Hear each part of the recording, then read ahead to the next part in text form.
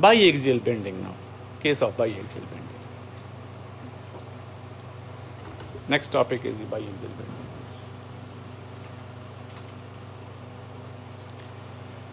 Behavior of column subjected to biaxial bending. Difficulties in constructing biaxial interaction surface. Approximate method for converting biaxial to uniaxial case. Bressler's approximate method for design of biaxial column, reciprocal load contour and circular columns. Now this is a case where the column is subjected to bending moment along both the axes of the column, both the geometric axes of the column, along the x-axis as well as about the x-axis as well as about the y-axis.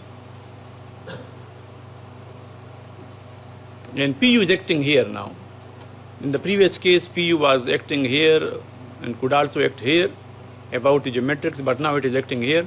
So PUX and PUY both are possible. MUX and MUY both are possible. In this case, you will, if you want to draw the interaction diagram, you will end up with three-dimensional interaction diagram. Because in the previous case, there was this was PU and MUX. Now there will be MUY in this direction also. So all the interaction diagram will be like this in the three dimension. They will rotate about the axis, central axis, the origin of the origin. They will rotate in a circular form, okay, and you will get the interaction diagram three dimension like this. So any point inside this 3D interaction diagram will be considered as safe, and outside this will be.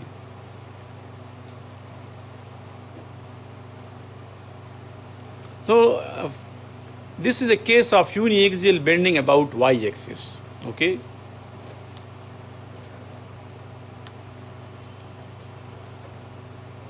About y-axis. This is a case of uniaxial bending about x-axis. And this is a case where the column is simultaneously subjected to x and y axis. So Pn is acting here. Now look at the compression block depth and the area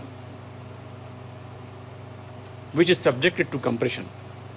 In this case the area is rectangular, in this case also the area is rectangular, in this case the area is not rectangular. The area is not rectangular, and basically the Pn is acting at an angle of lambda in this case, at an angle of lambda from the y-axis, and the compression block axis is at an angle of theta with the x-axis. There are two new variables, theta and lambda. The neutral axis depth is c for this particular situation, but with the change in lambda or with change in theta, the value of c will change.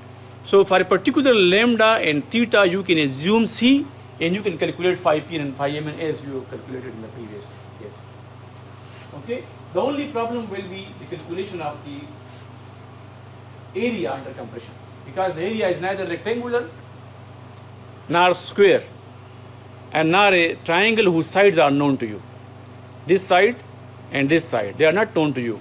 So you will need some relationship for calculation of these sides and the calculation of the area. So these are the problems in constructing a interaction diagram, a three-dimensional interaction diagram for a column subjected to biaxial bending. Lambda and theta, for a particular set of lambda and theta, you can calculate, you can assume several values of c and calculate phi p and phi m, provided you can calculate this compression block area. Okay. So in previous MSc lectures, some students have developed the software or simple Excel sheets for the development of interaction. This is not difficult. You can do this with but you cannot do this manually. You can develop an Excel sheet, you can develop a software for this, but you cannot do this manually.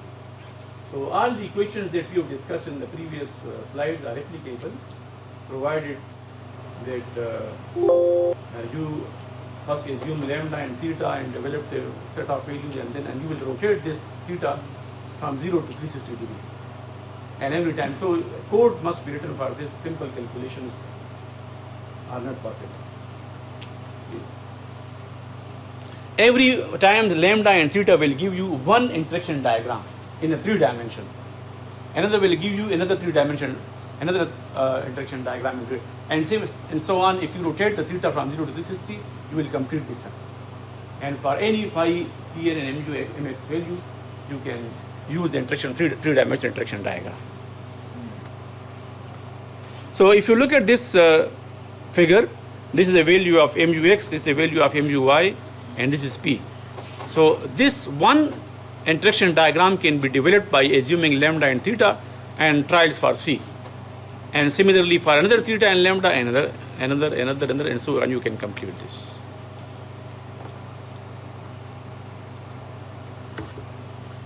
Okay.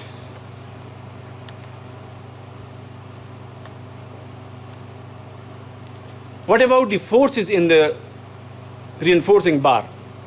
Previously, the force AS1, AS2 were lying in one layer, and because of the strain diagram was perpendicular to a section, so the strain in AS1, AS2 was equal. But this time, the strain in AS1 and AS2 is not equal. All the strains are different.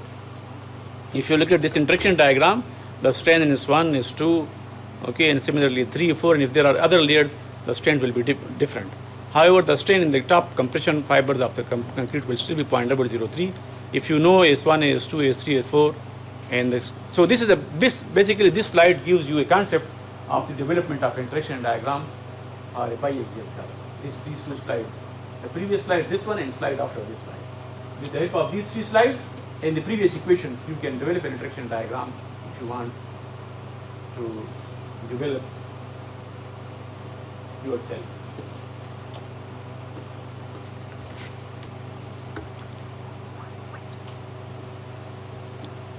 And the neutral axis is not perpendicular to the section. Neutral axis, this is the neutral axis, but it is not perpendicular. So these are the problems in the construction of 3D interaction diagram, and that's why approximate methods are used. Approximate methods are used for manual calculations.